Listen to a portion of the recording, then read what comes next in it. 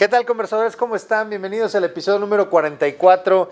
El día de hoy vamos a hablar de letras, vamos a hablar de literatura, vamos a hablar de textos, vamos a hablar de escritura. Tenemos un invitado de lujo que tiene un podcast de esto, que tiene una empresa que se dedica a todo lo que tiene que ver con escritura, con toda esta pasión para generar textos y demás. Estoy seguro que se van a encantar de escucharlo, de todo lo que tiene para ofrecer para ustedes. Quédense, vamos a aprender mucho todos. Acompáñenos.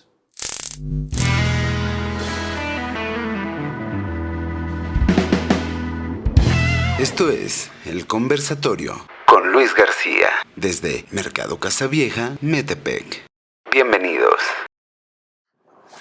¿Qué tal, conversadores? ¿Cómo están? Bienvenidos al episodio número 44 de esta primera temporada. Muchísimas gracias por seguirnos acompañando, por sus suscripciones, por sus comentarios, por alimentar las conversaciones, por cada una de las vistas, de las ya casi 14,500 vistas que llevamos en todos los episodios. Muchísimas gracias a todos por continuar aquí. Muchísimas gracias también siempre a Mercado Casavieja, nuestro principal y primer patrocinador, quien es nuestro huésped y nos permite estar aquí haciendo las grabaciones. Gracias a Icamané Coaching también por querer en el proyecto y sumarse en este patrocinio. Conversadores, vamos a platicar el día de hoy de algo que se tiene que platicar permanentemente, que es algo importante, que es algo que nos nutre de una u otra manera. Vamos a hablar de letras, vamos a hablar de textos, vamos a hablar de lectura, vamos a hablar de escritura. Y miren, hasta hace no mucho tiempo, no me voy a adornar, no voy a decir que somos amigos de toda la vida, me encantaría, pero tuve la gran fortuna de conocer al invitado del día de hoy, Pablo Medina Brenner. Pablo, bienvenido. Luis, muchas gracias por recibirme aquí en el conversatorio. La verdad me encanta tu proyecto y pues la conversación, como verás, es mi pasión. Así que no dudes que me siga. Fantástico. Y pues esperemos que quede bien aquí con el tema del podcast. Excelente, seguramente va a quedar muy bien. Ya saben que nos pueden seguir en nuestras redes sociales, en Instagram, nos pueden seguir en Facebook, nos pueden seguir en TikTok, nos pueden seguir en Spotify y por supuesto en YouTube, que es el canal principal. A Pablo lo conozco por tu mamá. Por mi mamá. Tuve la oportunidad de colaborar de alguna u otra manera, de manera indirecta con tu mamá, a quien le mando un saludo, muchos saludos, ¿cómo estás? Exactamente, por supuesto. Y ella me contactó contigo y de ahí pues creo que hemos tenido una relación bastante agradable. Y precisamente Pablo se encarga de, y parte de su trabajo es pues toda la parte de apoyar, de guiar, de impulsar a aquellas personas que tengan proyectos literarios, proyectos de algunos textos que quieran publicar con la intención de publicarse, das opiniones, haces correcciones, diriges ese tipo de cosas que no es cosa sencilla. Y la verdad, Pablo, es que tenías que estar en este conversatorio sí o sí, porque me parece que es un tema importantísimo. Más allá de que tristemente existe una población en la que somos la minoría, los que somos asiduos lectores, el que nos gusta la parte de estar, de viajar y de movernos y de crear con la mente, con los textos, o de enamorarnos o de rasgarnos las vestiduras con los textos. La verdad es que aunque somos la minoría, también somos muchos. Así es. Y la intención de esta conversación es alimentar a estos que son muchos, pero también a aquellas conversadoras, aquellos conversadores que quieren empezar a escribir, que por ahí tienen, híjole, un cuentito, que tienen por ahí, tú sabes de quién estoy hablando, Sam, pues que se animen a ver cómo pueden empezar a acercar esos textos para que los empiecen a conocer más personas. Pablo, cuéntanos exactamente, yo lo dije más o menos de manera muy burda, pero exactamente tú cuéntanos qué es lo que haces hoy por hoy. Sí, pues bien, realmente Dilo Textual es una empresa que formé justamente con mi mamá cuando se vino toda esta crisis pandémica. Sí. Y el trabajo que tenía, que me encantaba, le ayudaba yo ya estaba trabajando a distancia mucho antes de que surgiera el virus, ¿no? Pero entonces yo le estaba ayudando a un señor a llevar su agencia de viajes en Hong Kong y hacíamos esta dupla magnífica porque en lo que él dormía en Hong Kong yo estaba aquí chambeando en México y todo el mundo decía, wow, es que estos cuates parece que no duermen, ¿no? Pero realmente pues, es que éramos una suerte de quimera grotesca que se encargaba de mandar a todo el mundo a sus viajes a las Maldivas y demás, ¿no? Y obviamente pues se viene la pandemia pues tómala, ¿no? Se acaba, y especialmente en Hong Kong les pegó durísimo. Y de repente de tener estas jornadas intensísimas de trabajo, de estar hablando con gente muy interesante de todos lados del Atlántico, perdón, de ambos lados del Pacífico, la verdad es que pues se me cierra el trabajo, ¿no? Y obviamente me estaba yo devanando los sesos diciendo, pues tengo a mi familia, tengo que mantener, y pues obviamente no tenía yo seguro, no había seguro de desempleo, nada por el estilo. Y, y digo, pues siempre me ha gustado la literatura, siempre he sido bueno escribiendo. ¿Qué hago, no? Y se me viene la idea, digo, vamos a... Realmente, sí hay quien lo ofrece aquí en México, pero nadie lo va a ofrecer con la perspectiva que yo lo voy a poner, ¿no? Y lo platiqué con mi mamá, abrimos Dilo Textual, literalmente nos tomó 2 semanas idear la empresa, abrirla, dejar todo en regla y empezar a llamar clientes, ¿no? ¿Y cuál era nuestro pitch? ¿Cuál era nuestro argumento de ventas? Esas ideas que tú tienes, vamos a ponerlas en su mejor expresión. Y hasta la fecha ese es nuestro eslogan. En el trabajo de conocimiento, gran parte del valor viene de que las cosas y que los conceptos estén formulados de una manera clara, de una manera comprensible y exacta. Y eso a muchas personas les cuesta muchísimo trabajo. Ya tienen la idea, ya tienen el expertise, ya tienen la experiencia, pero les falta el dónde pongo la coma, dónde pongo el punto, cómo lo expreso. Y le dan vueltas y le dan vueltas, y un correo y otra revisión, y no, es que aquí me vuelve la coma, esto, lo otro.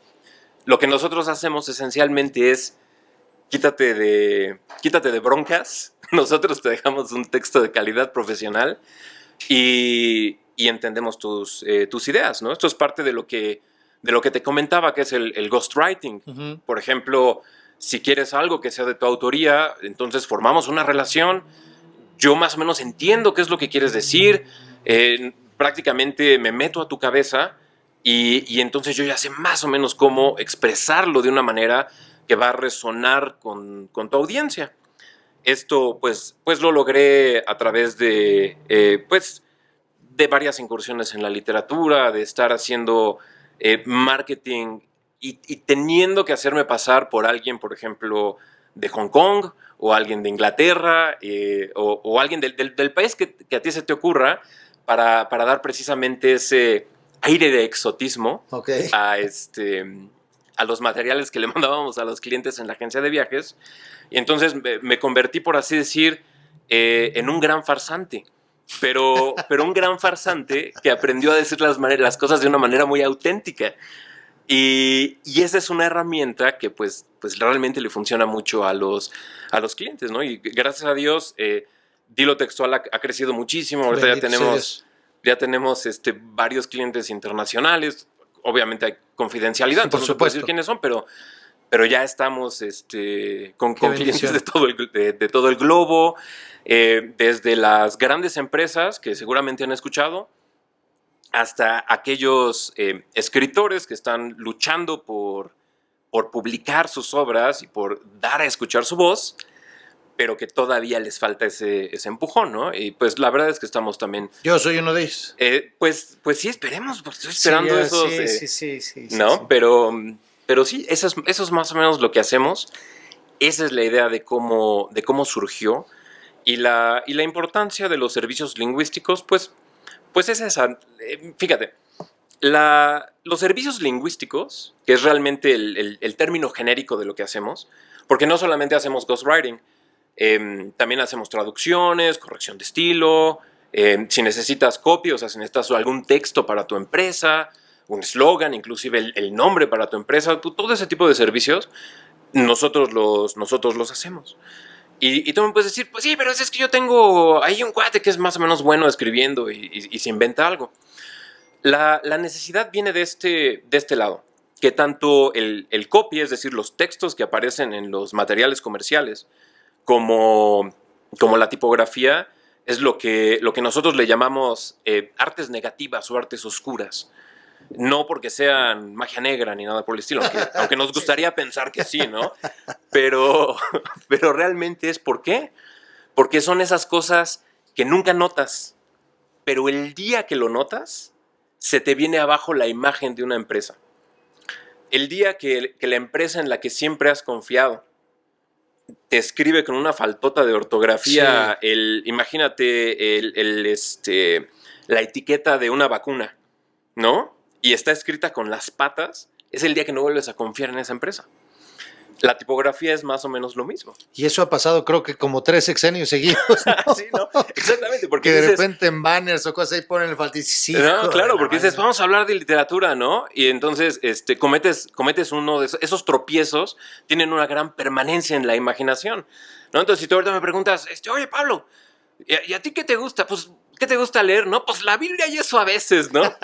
Y no toda. Y este que escribió Carlos, y no se acordaba el otro, ¿no? Sí, ¿no? Y también hay por ahí José Luis Borges y demás, ¿no? Que le dijeron Borges. Y además José Luis, ¿no? Porque es Jorge Luis. Entonces, todos esos pequeños tropiezos permanecen tanto tiempo en la imaginación que una empresa hace bien en invertir para evitarlos. Y nuestro trabajo es precisamente evitarlos.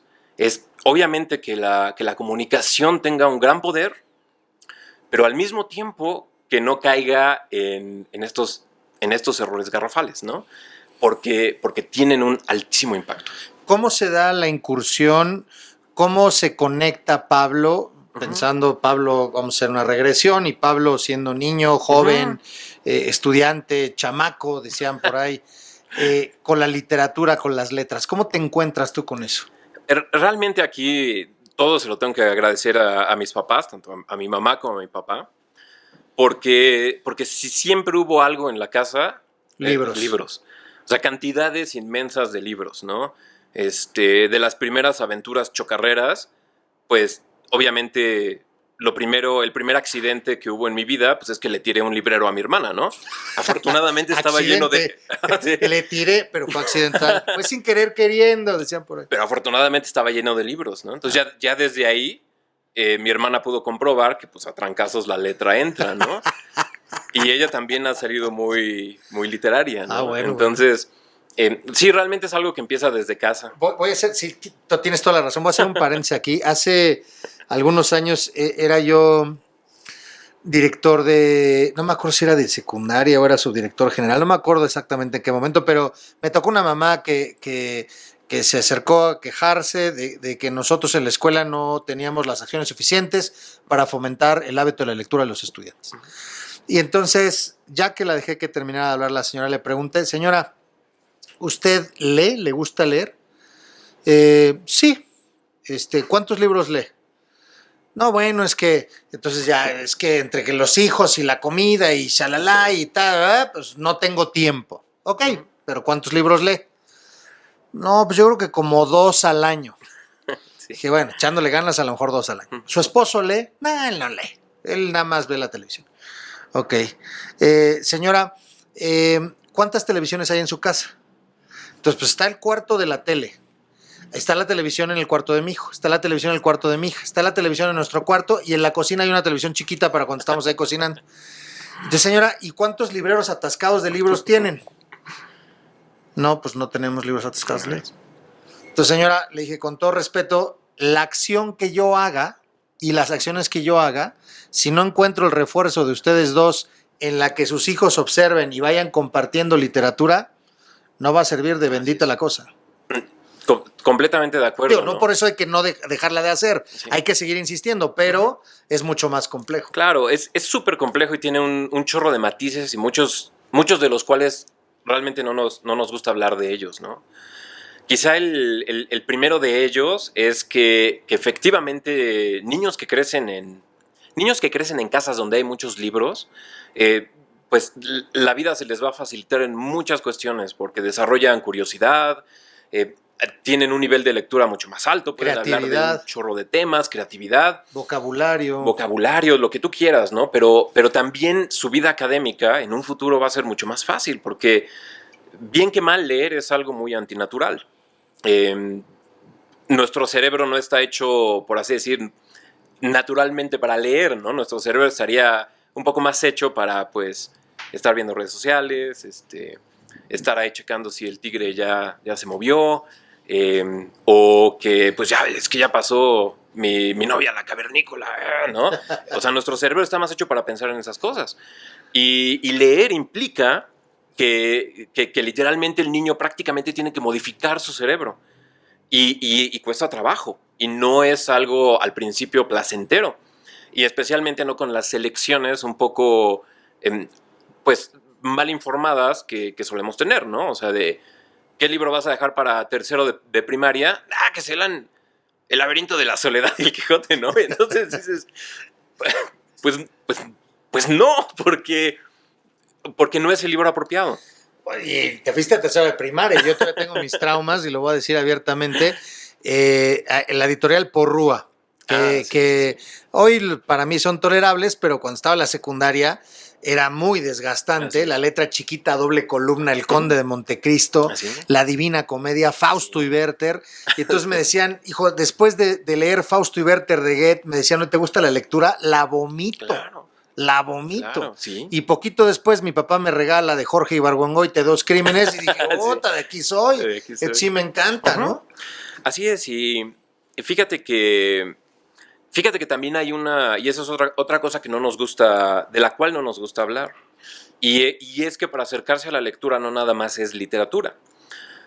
Hay una diferencia entre géneros, que ahorita es un poco como controversial decirlo, pero por ejemplo a las niñas les gusta leer más que a los niños.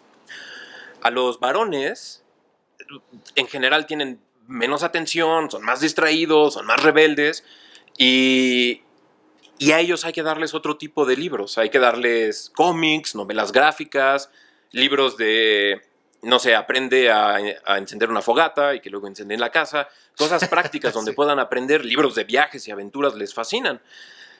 Pero a fuerzas queremos decir, no, es que ¿qué literatura? ¿Qué significa? E inmediatamente nos imaginamos al Shakespeare o al Cervantes, así, literatura es la expresión del alma, ¿no? Sí.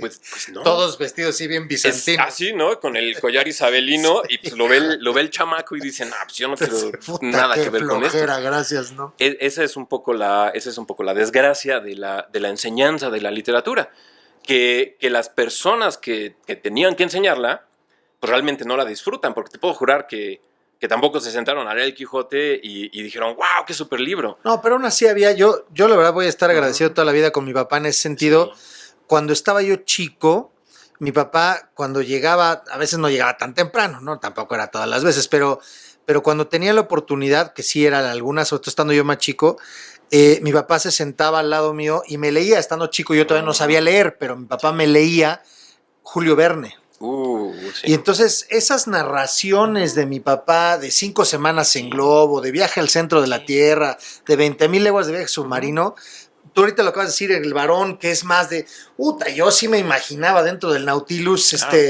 ¿no? Siendo el capitán Nemo y todo este asunto.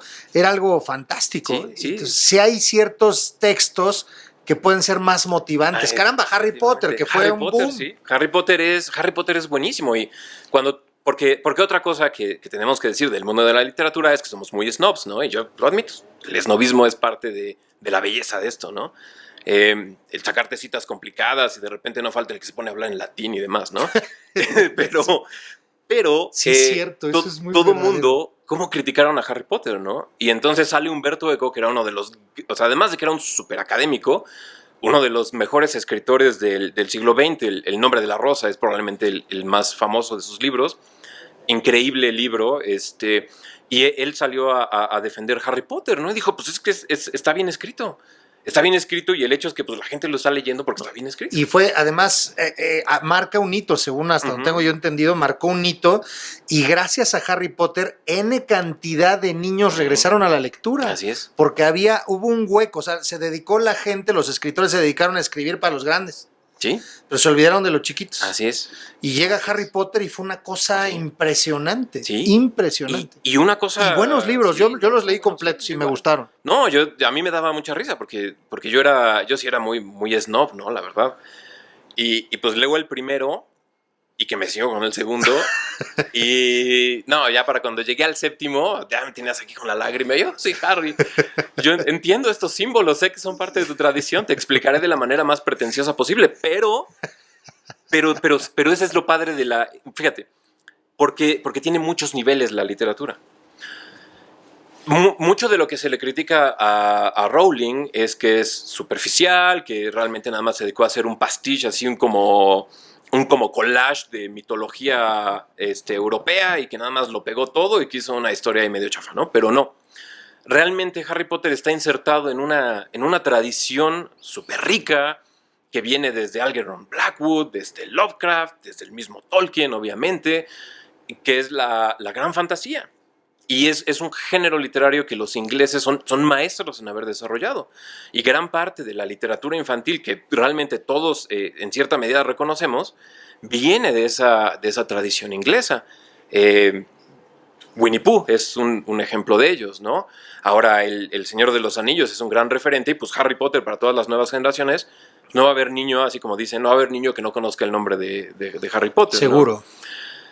Y sin embargo, yo me acerco a Harry Potter como un lector más sofisticado, ¿no? Y puedo encontrar precisamente los hilos dentro de toda esta gran tradición literaria y empezar a desmenuzarlos.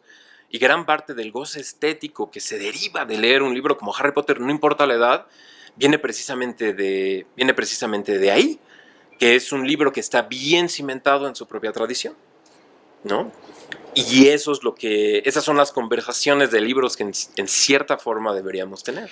Y eso es lo que, en parte ahorita, lo regreso un poco a lo que tú hablabas de hilo textual, esta parte de si yo traigo un proyecto de más, cimentar bien, buscar bien, que la idea se pueda transmitir correcta, que, claro, ¿no?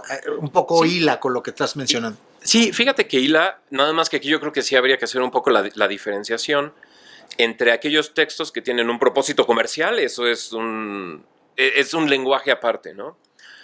Tienes, por ejemplo, lo que tú tenías en mente, que es algo un poco más de lo que me van a matar en Twitter, pero bueno, lo que es no ficción, que son aquellos libros donde tú tratas de enseñar algo o hablar de algunos hechos, o quizá, pues no sé, hacer algún ensayo, lo que sea, ¿no? Y por otro lado tienes lo que es literatura, las empresas literarias, que puede ser novela, puede ser algún tipo de ensayo, puede ser poesía. Nosotros podemos ayudar en todo, ¿no? Y realmente tenemos clientes en todo ese abanico. Okay. Pero el lenguaje que se utiliza y el propósito de cada uno de estos como 3 grandes rubros es muy distinto, se ocupan técnicas distintas, inclusive se vende de una manera distinta. Y eso es lo parte de tener, o sea, vamos, eso es la trascendencia de tenerlo claro, porque luego muchas veces alguien, vamos, quiero esta taza y la quiero aventar para acá, cuando, a ver, hermano, pues lo que estás escribiendo, los que te lo van a consumir están de este lado, no están de este lado, ¿no? Claro, sí, entonces, mira, la verdad es mucho por necesidad, y también porque, pues por ahí tenemos la experiencia y el saber cómo hacerlo. Mucho es precisamente estudio de mercado, como dónde tienes que chismear, a quién le tienes que preguntar, intercambiar un favorcito de, oye, tengo un escritor aquí, no sabes qué editorial, o sea, cosas de ese estilo, que en el mundo, aquí en México, no está tan desarrollado, no está todavía tan claro, todavía estamos como un poco dándonos cuenta de por dónde va la cosa. Muchos a través de concursos, a través de conocidos, cosas por el estilo, ¿no? Pero en otros mundos editoriales, como en el norteamericano, o sea, ya el proceso está así muy claro, ¿no? O sea, si tú quieres publicar un libro de no ficción, ya sabes exactamente a qué tipo de agente te tienes que acercar, y el agente ya sabe con qué se tiene que reunir, y ya está muy, muy, muy establecido. Aquí todavía es un poco más, y está bien porque hay muchas oportunidades. Sí, por supuesto, eso está muy bien. Retomemos, decías que pues creciste en tu casa y tus padres, libros para todos lados, le cayó esta librera a tu hermana accidentalmente. Pero luego, me acuerdo que tú me platicabas, ya en tu época universitaria, por ahí tuviste más cercanía con esto. ¿Cómo se dio ese esquema? Pues, fíjate que realmente estaba yo completamente perdido en el mundo, ¿no? Por ahí de la prepa. Entonces yo tenía esta como como fantasía de que algo iba mal, de que nuestro mundo estaba como medio huérfano de algo, ¿no?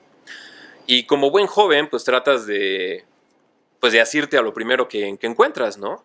Ya sea una ideología, un partido, Un grupo musical. un grupo musical, lo que sea, ¿no? Porque ves que prácticamente mi vida depende de esto, ¿no? Y cuando llega el papá y te dice, no, pero hay otras cosas en el mundo, tú nunca amaste y no entiendes lo que sabes. Exactamente. Pero me obsesioné con la literatura. Y entonces ahí voy... ¿Particularmente con quiénes? Particularmente, yo creo que literatura rusa, los grandes realistas rusos, me la pasaba leyéndolos, me chuté Nietzsche del principio al fin, y libros que ahora que los estoy releyendo, me doy cuenta que no estaba listo para leer. Pasa. Y ahí voy, ¿no? Me consigo una beca, ahí voy a la Ibero a estudiar literatura latinoamericana, ¿no? Y entonces un día estaba en una clase. Tengo que ir un poco antes, ¿no? Elegí la Ibero porque gané un concurso nacional que convocaba, no sé si todavía lo convoqué, de cuento corto. Y entonces fue la gran sensación, ¿no? Porque el éxito temprano, pues te anima y dices, wow, sí, este camino del escritor es correcto, ¿no? ¿Ganaste un concurso nacional? Un concurso nacional de cuento. Y entonces pues me llegaban elogios por todos lados. ¿Cómo se llama tu cuento? Se llama Mambrú se fue a la guerra. Hoy me da vergüenza que alguien lo lea, entonces... ¿Qué? Híjoles, porque pues se ve ahí el ímpetu juvenil, ¿no? Completamente errático, citas por todos lados. Se ve que la mitad lo escribí así checando en el diccionario de sinónimos, ¿no? Diciendo, esta palabra que nadie se la sabe, ¿no? Entonces no es un cuento que hoy en día me guste, ¿no? Ok. Pero bueno, la crítica, es decir, los jueces del certamen, decían, no, hombre, este cuate es brillante, qué barbaridad, ¿no? Y se te sube a la cabeza, es lo peor de todo, ¿no? Entonces ahí voy, ¿no? A ser el gran escritor a la Ibero. Y sí, me fue muy bien, la verdad, ¿no? O sea, y conocí gente increíble y por lo menos en ese entonces era una gran universidad en humanidades. Pero un día estoy sentado por ahí del segundo semestre, ¿no? Estoy sentado escuchando a la maestra y nos estaba leyendo un poema, no me acuerdo ya no me acuerdo quién, creo que era de Borges, y entonces dice la palabra verja, ¿no? Y yo digo, ¿qué demonios es una verja, no? Porque no sabía, ¿no? O sea, es algo concreto, es un objeto, ¿no? Es una cerca, ¿no? Es una cerca, ¿no? Pero ¿qué la diferencia, no? He visto una en mi vida, entonces me di cuenta que estaba viviendo en la abstracción, ¿no? Y me entró una crisis brutal, porque dije, no, o sea, esa metáfora que dicen que la academia es una torre de marfil, pues la sentí completa, ¿no? Entonces sentí el vértigo, ¿no? De estoy hasta arriba de la torre, ¿no? Y entonces, en mi corazón de idealista ridículo, entonces digo, no, tengo que regresar a mis raíces, ¿no? Y entonces ahí voy a mis raíces, que evidentemente no sabía cuáles eran, porque curiosamente ese diagnóstico que tuve de que somos una cultura un poco huérfana, pues no estaba equivocado, esa orfandad continuaba, ¿no? Y entonces ahí voy, ¿no? A rolar por el mundo y por las 1000 carreras. Y entonces me convertí en un muy afamado todólogo, ¿no? Que ahorita ya estoy empezando a integrarlo todo en precisamente dilo textual. Pero para no hacerte el cuento demasiado largo, acabé de médico veterinario, ¿no? Y entonces... o sea, dejaste la... Pues no la dejé porque... O sea, sí la terminaste el Ibero. No, dejé la carrera. Sí, pero la literatura nunca la dejé realmente, okay, ¿no? Entonces así curaba a mis caballos. Les decía, ahora te voy a recitar un soneto para que se te desatore lo que traes ahí torcido en la panza. No. Ok. Pero No, bueno, pues a lo mejor sí se lo... Sí, imagínate. Sí, seguramente alguna vez me funcionó, pero digamos que fue mi talento literario en vez de puro churro, ¿no? Sí, la literatura siempre fue una pasión, siempre seguí leyendo, pero la verdad es que me dio un enorme malestar con mi situación de vida, ¿no? Y entonces un día dije, ¿saben qué? Ahí se ven, me voy a Israel, ¿no? Y que me voy a Israel, hice mis prácticas profesionales allá, estuve trabajando en un kibutz, fue una experiencia increíble, la verdad.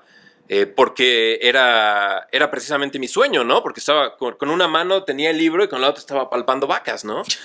Y pues es el sueño de todo escritor, lo crean o no, amigos escritores, ese es el sueño, ¿no? Entonces era genial porque... No me puedo imaginar a Octavio Paz soñando eso. Pero... porque estás, no sé, o sea, estás leyendo Amos Oz y estás todo embarrado de estiércol, ¿no? Ese es un sueño hecho realidad. Okay. Y ahí voy, ¿no? Por el mundo del Medio Oriente, navegando ese mundo tan complejo, porque es complejísimo, aprendiendo el idioma, que es un idioma complejísimo, en el sentido de que, pues, en primer lugar, es algo muy alejado del español, y en segundo lugar, el mismo hebreo es un idioma muy alejado de sí mismo, en el sentido de que el hebreo coloquial no tiene nada que ver con el hebreo formal. Jesús. Son prácticamente dos idiomas separados, ¿no? Y la literatura hebrea era una literatura viva, una literatura que... ¿Cómo te lo digo? Si te encontrabas a un chavito en la calle, te recitaba de repente versos del Tanaj en hebreo clásico y otro 2 cuadras más para allá sabía así de los literatos más vanguardistas que había en Israel en ese momento. Y tú dices, pues, ¿de dónde o por qué, no? O sea, la literatura es para snobs. En México la literatura es para snobs como yo, no para los chavitos que andaban ahí faroleando, ¿no? En un viernes. Bueno, en un viernes, sí. ¿No? Y pues realmente lo que pasa es que ellos sí viven la literatura de una manera muy, muy personal y muy íntima y tienen una ambición por el libro impresionante. Las ferias del libro allá son una fiesta nacional, ¿no? En todas las librerías están vendiendo libros casi regalados para que leas y leas y leas.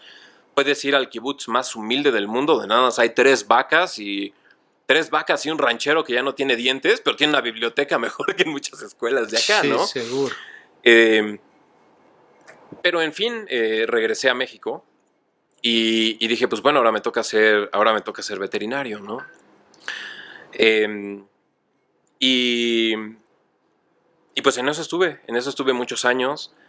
Trataba de publicar. Sí, ahí sí me desencanté un poco con las letras, por lo menos con mis propias letras. Escribía de manera muy personal. Escribía para mis alumnos, a los que les daba a veces equitación o cosas por el estilo. Hacía mis videos de YouTube cuando apenas estaba uno haciendo sus pininos en eso. Ahí les va la historia del caballo, ¿no? Pero por cierto, les meto unos versos sumerios, ¿no? Entonces... siempre estuve compaginando las 1000 burradas que hacía con la literatura. ¿Por qué? Porque la literatura, pues, finalmente es una de las máximas expresiones de nuestra cultura. Podemos querer escapar de ella, pero no vamos a escapar, ¿no? Cuando iba a nacer mi hijo, dije, necesito un poco más de lana. Tenía yo a mis caballos y todo el rollo, entonces, pues, me aplicaron la de o señora o caballos, ¿no? Sí. Y yo, ¿no? Entonces ya me llegó el zapatazo. ¿Cómo que lo estás pensando? Obviamente yo, ¿no? Entonces empecé a buscar trabajo en línea. Eso fue una cosa muy curiosa. Y precisamente caí con este señor de Hong Kong. Y ya de ahí, pues el resto es historia, ¿no? Estuve trabajando con él durante varios años. Llevamos la empresa de cero a ser una de las mejores agencias de ese lado en Asia. Ahí sí me desentendí bastante de la literatura, más que las creaciones que teníamos que hacer para la empresa. Y pues se viene la pandemia y la verdad es que la orfandad que siempre he sentido, pues se empieza a sentir una vez más. Y digo, pues no hay otro consuelo más que la literatura, ¿no? O sea, ese es el consuelo que siempre he tenido en mi vida. El hilo que lo ha unido todo. Cosas tan disímiles como andar ahí freseando en la Ibero, o andar ganando concursos, o palpando vacas en Israel. La verdad es que el hilo que todo lo une es la literatura. Y aquí me hice la pregunta, ¿no? Ahora que me dijiste, te voy a entrevistar, dije, a ver, espero no decir puras burradas, ¿no? Les voy a decir algo muy inteligente sobre la literatura y precisamente dije, ok, ¿para qué la queremos, no? Entonces me puse a reflexionar sobre mí mismo y dije, claro, es el hilo que une mi vida es ese. La pregunta ¿es el hilo que une la de los demás? Y cada vez me empiezo a preguntar, me empiezo a responder más que pues sí, la verdad, ¿no? Esa es la verdadera función de la literatura. Es unir nuestra historia personal y la historia de los otros en un fenómeno que no necesariamente vive en los libros, sino que vive más en nuestra habla, en nuestras actitudes, y el escritor finalmente lo único que hace es decir, esto que ustedes son, chequen, aquí está, ¿no? Es un espejo. La literatura es un espejo. De acuerdo, totalmente de acuerdo. Y a veces en este tenor de fantasía proyecta, ¿no? Hacia cosas que puedan o no ser. Recordarás, platicabas que te gustó este episodio en donde platicamos con Manuel sobre historia, García Rodríguez, y decíamos en aquel episodio, ¿qué pasará en 300 años y en 500 años si alguien ve un cómic de Batman y va a decir, puta, Batman existió, Batman era de veras, porque pues de repente ahí estaba reflejado este asunto, o sea, y pudiera, aunque a lo mejor Batman no existe per se, mucho del contexto social que puede reflejar, tal vez exacerbado, pues sí lo retrata, pues, ¿sí? ¿No? El cómic de Batman. Sí. Es como aquellos que sean fanáticos de Los Simpson, ¿no? O sea, ¿sí?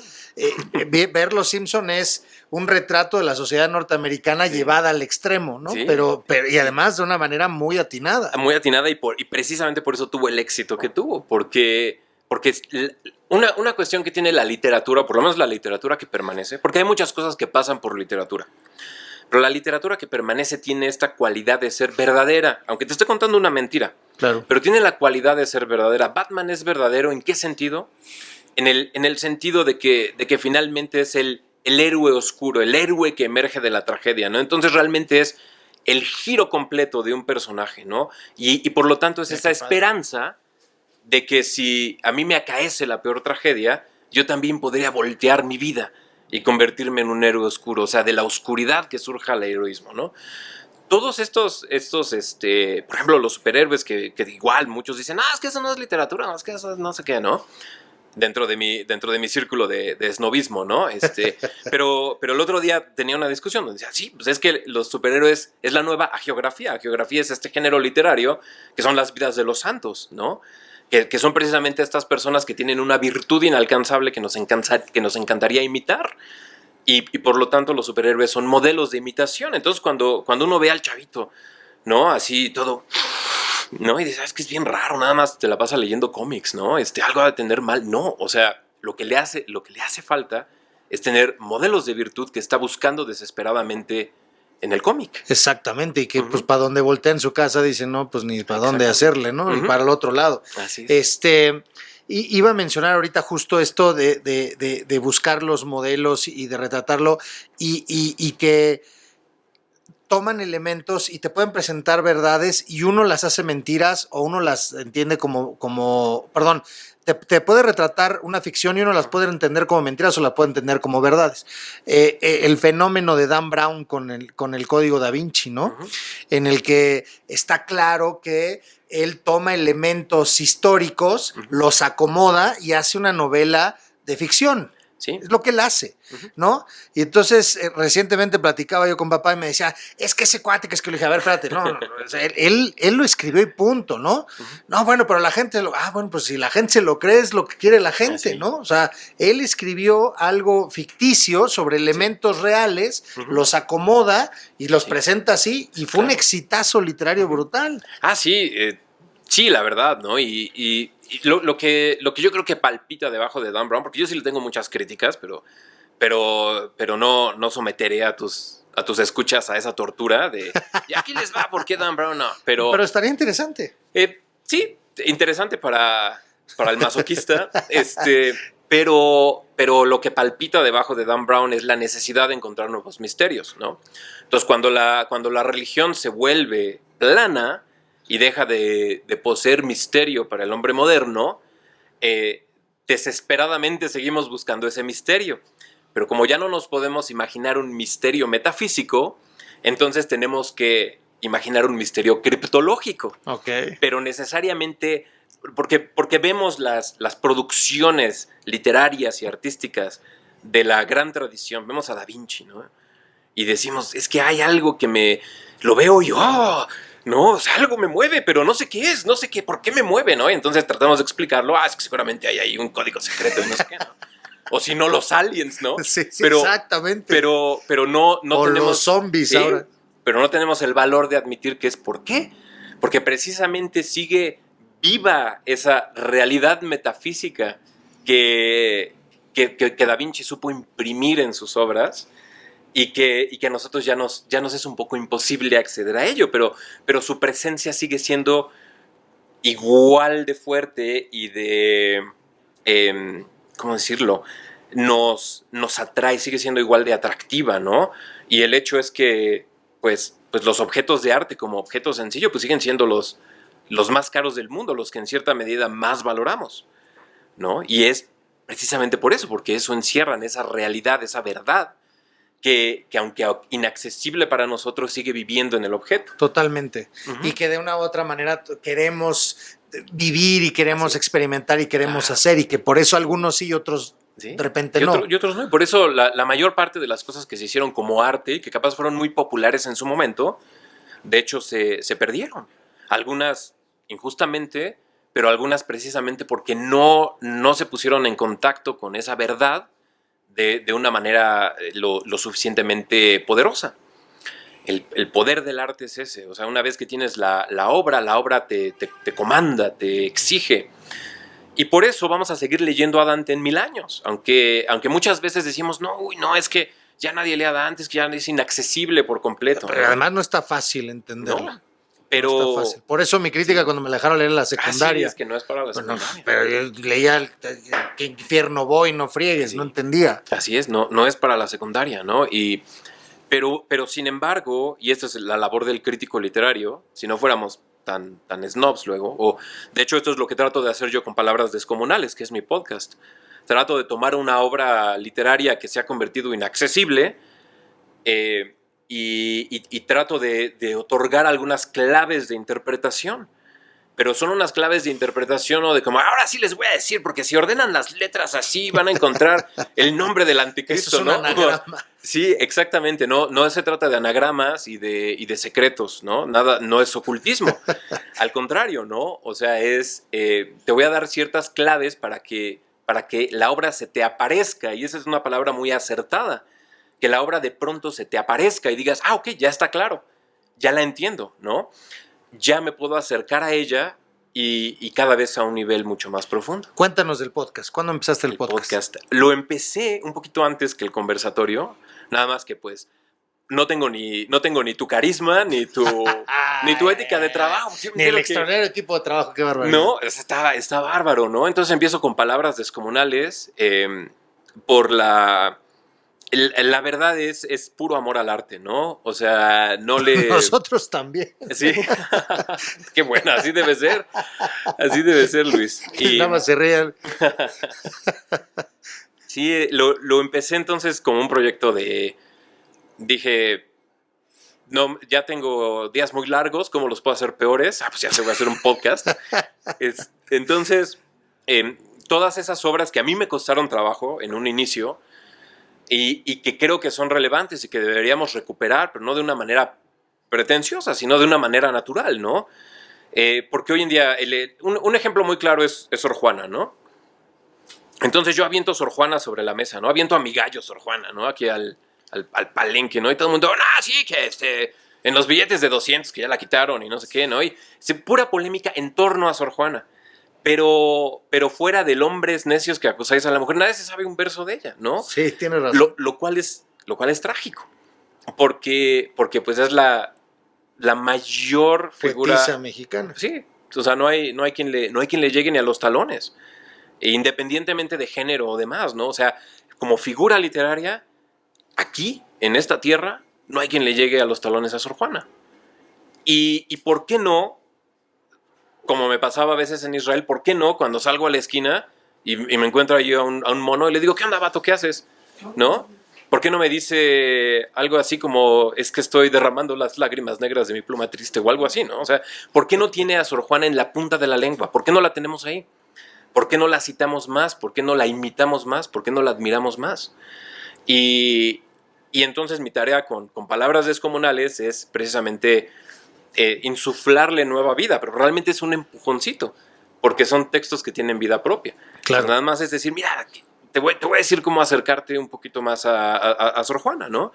Y evidentemente no es una tarea original, porque hay críticos excepcionales y estudiosos que saben 1,000,000 de veces más que yo de Sor Juana.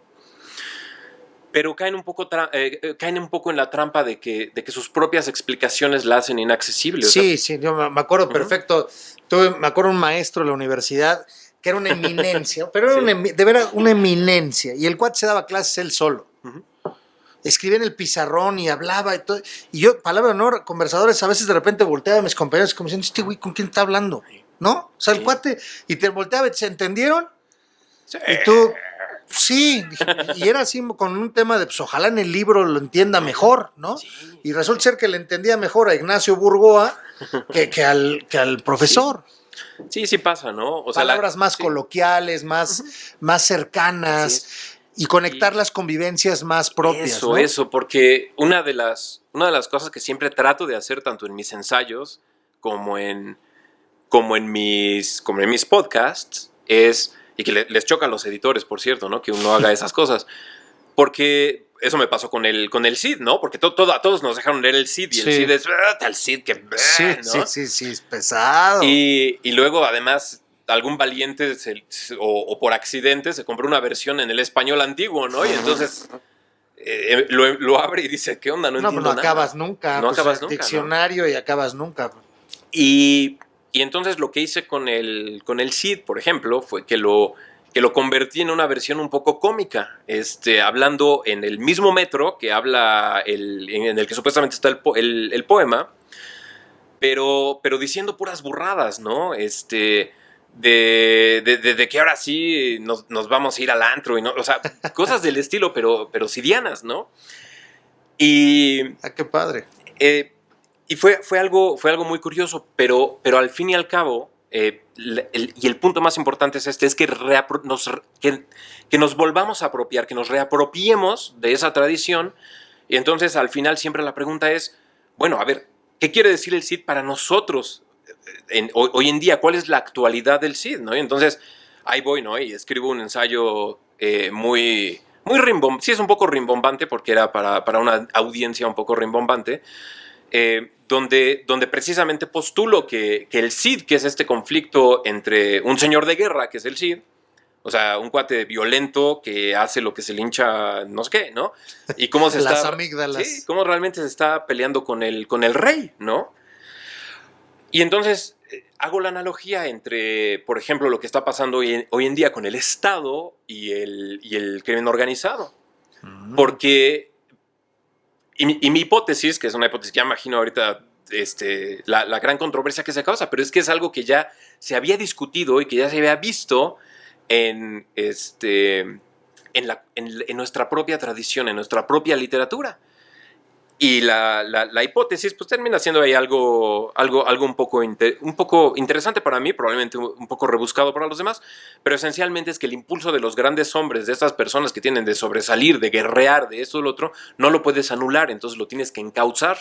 Y la única manera de encauzarlo es si tienes un rey justo. Si en el momento en el que tienes un rey injusto, los grandes hombres o los guerreros se te van a salir de control. O se van a guerrear a otro lado, ¿no? Sí, o se van a guerrear a otro lado, o se van a guerrear entre ellos y te van a asumir al país o al rey, ¿no? Me acordé del Che Guevara, que argentino viene a México, va a guerrear en Cuba y luego se va a África y luego en Bolivia. O sea, el tema era seguir guerreando. Seguir guerreando y seguir haciendo, pero ese impulso no lo vas a quitar, porque no solamente es natural al ser humano, es natural nuestra cultura. Totalmente. Yo quisiera resaltar ahorita, bueno, está padrísimo esto de palabras descomunales. Vamos en el video, conversadores, conversadoras, vamos a poner el link para el podcast de Pablo, para que por favor lo sigan también. De verdad vale muchísimo, muchísimo la pena. Se los recomendamos ampliamente. Ahorita lo acaba de explicar y yo creo que se enamoraron nada más de lo que dijo y se van a acercar al podcast. Yo quiero resaltar una parte y quiero empezar a ir cerrando un poco en el tenor de la literatura. Como toda arte, como la escultura, como la pintura, como la danza, es una expresión del ser humano, de lo que tenemos dentro, de nuestros temores, de nuestros amores, de nuestras ilusiones, de nuestros resentimientos, de nuestras ilusiones, de nuestras imaginación, de nuestra gran creatividad, en la que así como en el episodio, me parece que fue el 8, donde estuvo la gente pictórica y hablábamos y decían, es que no todas las pinturas son para todos, pero todas te quieren decir algo, todas dicen algo. Igual la literatura. Y está escrita desde la posición crítica de una persona, desde la posición académica de una persona, desde la posición emocional de una persona. Yo tengo un recuerdo muy vivo y que muy próximo te voy a acercar eso. Cuando yo tenía 17, 18 años, yo me salgo de mi casa a los 15 años y vivo solo un periodo importante de tiempo. Y entonces, entre mis 17 y 20 años más o menos, me toca un momento muy parecido al que tú narras con Nietzsche, pero en mi caso yo fue con Jean-Paul Sartre, un poco Nietzsche, pero más con Sartre, y me volqué a escribir. Hice algunos ensayitos muy cortitos, pero lo que más escribí fue, para mí era poesía. No sé si eventualmente cuando lo veas tú me vas a decir, Luis, híjole, si estás como que, ¿no?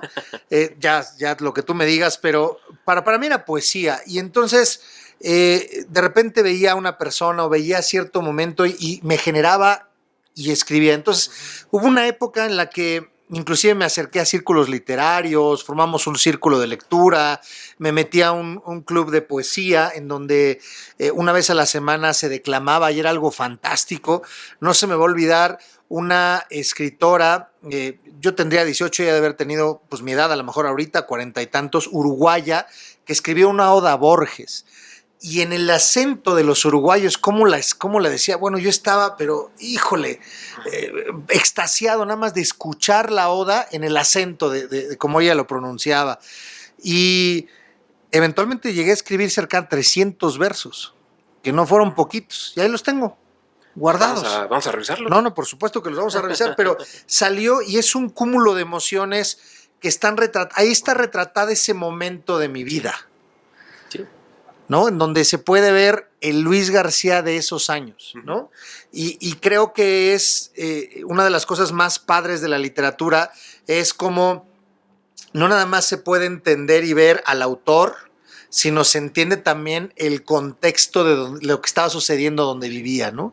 Y qué había alrededor, y qué influenciaba más, y qué sucedía, y que nos abre un panorama mucho más amplio, ¿no? Sí. No, sí, estoy completamente de acuerdo pero fíjate que es nada más uno de los lados por el cual le puedes llegar a la literatura, ¿no? Tienes el lado del autor, ¿no? Tienes el lado del lector también, porque el lector finalmente se está exponiendo a una experiencia estética y tiene algo de o sea, el lector en su mente recrea la obra. Sí, ¿no? Es lo más maravilloso. Sí, sí, efectivamente, ¿no? Pero la obra toma vida cada vez que alguien la lee. Por eso no hay nada peor para una obra que dejar de leerla.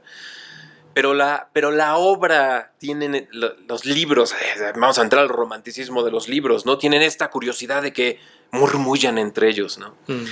Y se empiezan a llenar de códigos y de referencias el uno al otro, y parece que algunos se besan y otros se acuchillan y no sabes por qué, ¿no? Pero lo presientes. Y esa es la textura de nuestra cultura. Perdonen el verso sin esfuerzo, ¿no? Pero las cacofonías me brotan cuando estoy inspirado. Y sí, tienes toda la razón, Luis. Tienes toda la razón, ¿no? Hay que acercarse a la literatura con ese gozo, pero también es un gozo doloroso. Es, creo que fue Thomas Mann, pero no he podido encontrar la frase, ¿no? Pero yo creo que tiene toda la razón del mundo. Y por eso, cuidado a todos aquellos que dicen, no, yo quiero ser escritor, porque el escritor es esencialmente un artista fracasado. Porque solamente te sientas a escribir cuando todos tus otros proyectos ya salieron. Ups.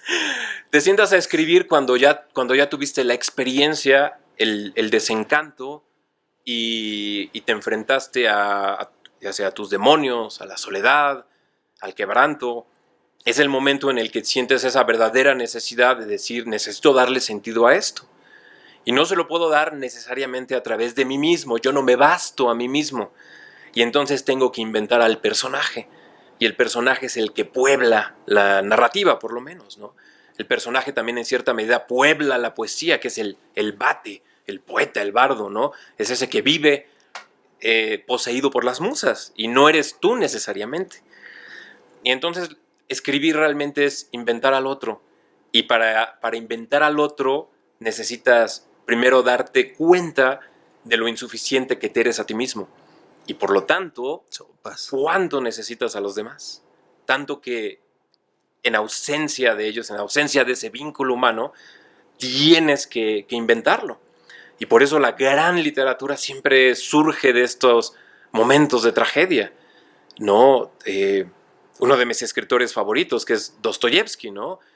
No sé si sepan la historia, pero lo condenaron a muerte y era un escritor, pues sí, bueno, pero la verdad no genial. Y lo condenan a muerte, ¿no? Por andar ahí de revoltoso. Y ya que lo van a fusilar, en el último momento llega la orden de perdón, o llega el perdón del zar, y el malvado del que lo iba a fusilar dice, pues para darle un sustito, échenle una salva, ¿no? Entonces cree que vive su propia muerte, se vuelve loco esencialmente, y a partir de ahí se convierte en un escritor genial, ¿no? Entonces el escribir implica en cierta manera esa caída. Si fuéramos ángeles, si fuéramos seres perfectos, si viviéramos en el paraíso, no tendríamos la necesidad de inventarnos personajes y de escribir, ¿no? Y esa es la advertencia, porque todos me dicen, es que yo quiero ser escritor porque me encanta la literatura. Cuidado con lo que deseas, ¿no? Pero si quieres ser escritor, échame un fonazo a Dilo Textual. Exactamente. Y yo te ayudo, ¿no? Exactamente, total, muy bien bajado ese balón, Sí. diría. Pablo, está claro que podríamos hablar de esto un montón de tiempo. Me encantaría pensando, ahorita lo acabas de decir muy claro, pero sin embargo, hay mucha gente, muchos conversadores que hay cosas que quieren, a lo mejor por el momento de vida que están viviendo, por la razón que sea, por cosas que quisieran plasmar, por cosas que quisieran enseñar a otros y demás. ¿Cuáles serían estos 3, 2, 1, 5 tips, no sé, los que tú quieras, que pudieras darles a los conversadores, a las conversadoras?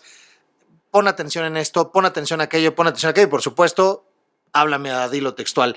Pero ¿cuáles serían estos digamos, como cadenito, columna vertebral, que valdría la pena que tuvieran presente al momento de escribir? Ok. Les voy a dar más o menos lo que sería mi propio proceso y está ahí fundamentado en algunos otros escritores, no nada más me lo saqué yo, no lo inventé yo, ¿no? Pero el primero es observar y leer. Si alguien dice que quiero escribir, ok, ¿y has leído algo? ¿O has observado algo? El TV Notas te van a decir. Sí, la Biblia, a veces y no toda, ¿no? Porque ya leerla toda, Sí. o sea, cuando dijo Peña Nieto, leí la Biblia, dije, bueno, si la leyó completa, pues ya con esa tiene como para suplir Sí, 5 sí. libros completos, no, Claro. no está sencilla. Sí, ¿no? Y es un libro que hay que leer 1,000,000 de veces, ¿no?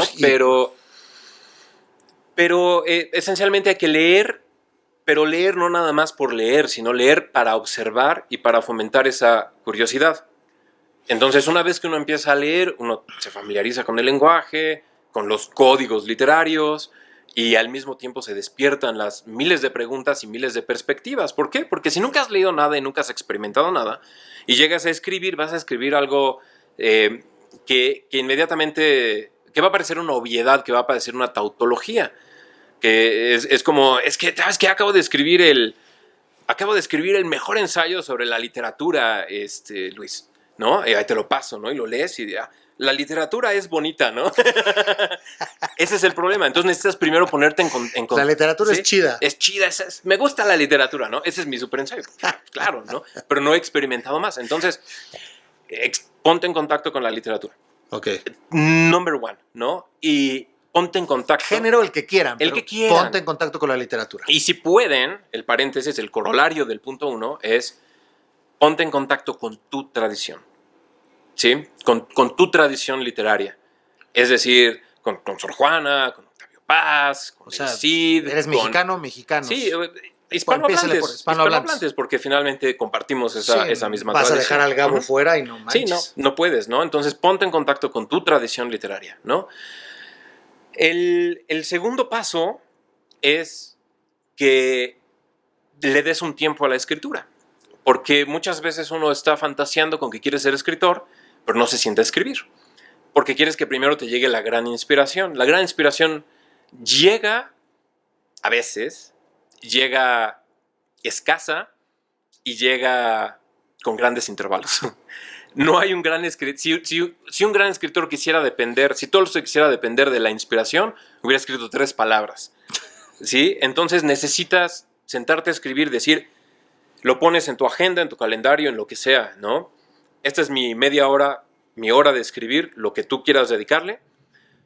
Apagas el celular, se me botan todos, si puedes, con hacer toda la parafernalia del escritor, te compras tu pluma fuente padrísima y la libreta que te guste. O tu máquina de escribir. O tu máquina de escribir, esas cosas parece que son superficiales, pero la verdad es que sí, o sea, sí tienen un motivo ritual de ser, ¿no? Y te pones a escribir. Y lo que escribas va a ser una porquería, necesariamente. Pero entonces viene el tercer paso. Y el tercer paso es que permitas que tus textos añejen. Y una vez que y esto es lo peor de todo, porque una vez que creas al personaje, que escribes su primera versión, ese personaje ya habita tu alma o habita tu mente en cierta forma. Y entonces de repente estás soñando con el personaje y dices, te despiertas a la mitad de la noche, ¡oh no! Él es el asesino, ¿no? Entonces, pues bueno, agarras el primer borrador que escribiste, que es una porquería, y ese es el paso 4, y el paso 2 es escribes el primer borrador, el paso 3 es lo dejas fermentar, el paso 4 es lo editas. O sea, dices, no, a ver, vamos otra vez, ya, esto no puede ser así, tiene que ser de otra manera. O sea, dejas algunas cosas, pero vas... Sí, o sea... Lo perfeccionas. Lo perfeccionas, pero lo perfeccionas de una manera muy curiosa porque como el personaje ya tuvo tiempo de vivir en ti, ya lo entiendes de una manera mucho mejor. Y entonces había partes de la historia que decías, es que esto como que me late que tiene que ser así, pero no entiendo por qué. Ok, ahora ya vas a entender por qué. Y tu segundo borrador va a ser mucho mejor. El segundo borrador usualmente es donde arreglas la trama, donde arreglas contradicciones dentro del personaje. Y el tercer borrador es donde ya empiezas a meterle aquí cosas finolis y le haces como yo le hacía para ganar mis concursos. Estás con el diccionario de sinónimos diciendo, carantamaula, claro, esta palabra que nadie se la sabe, ¿no? Uy, no, y además escuché palabras descomunales, entonces aquí voy a una pizca de homoteleutón, ¿no? Entonces, y el quinto paso lo puedes hacer de 2 maneras, pero es finalmente la prueba del fuego. Y la prueba del fuego es ya sea que te lo leas en voz alta a ti mismo, o que se lo des a alguien. O que se lo leas a alguien más, o que se lo des a leer a alguien más, ¿no? Escritores que no permiten que alguien los haga pedazos, nunca mejoran, ¿no? Y eso es en la vida. Sí. Eso es en la vida, no nada más en la vida, escritura. sí. O sea, te hacen pedazos, pues porque no servía y pues a lo que sigue, ¿no? Así es. Y esos son los 5 pasos. Los conversadores ahí lo tienen, conversadores, ahí está, de alguien que sabe, como lo han podido venir escuchando y viendo. La verdad, Pablo, es que yo te agradezco infinitamente tu tiempo, tu espacio, la generosidad del que hayas estado aquí en esta mesa, en este episodio, en el conversatorio. Nos quedamos, aquí van a aparecer los datos y han aparecido de Dilo Textual y de Palabras Descomunales. Va a aparecer la liga, el link va a aparecer en este episodio para que se acerquen también a tu podcast y te puedan escuchar y se puedan ir enriqueciendo mucho más de esto. Pablo, estoy seguro que esta no va a ser la única vez. Muchísimas gracias, Luis. Ha sido un verdadero placer y la conversación es otro gran arte literario que hemos dejado de lado y me da mucho gusto ver que lo estés reviviendo. Es algo importante. Un verdadero placer. La verdad es que la propuesta de este canal es acercar conversaciones. Yo soy un convencido que de las conversaciones se puede aprender muchísimo y para eso está este canal, que es el canal tuyo y el canal de todos ustedes. Muchísimas gracias, Pablo.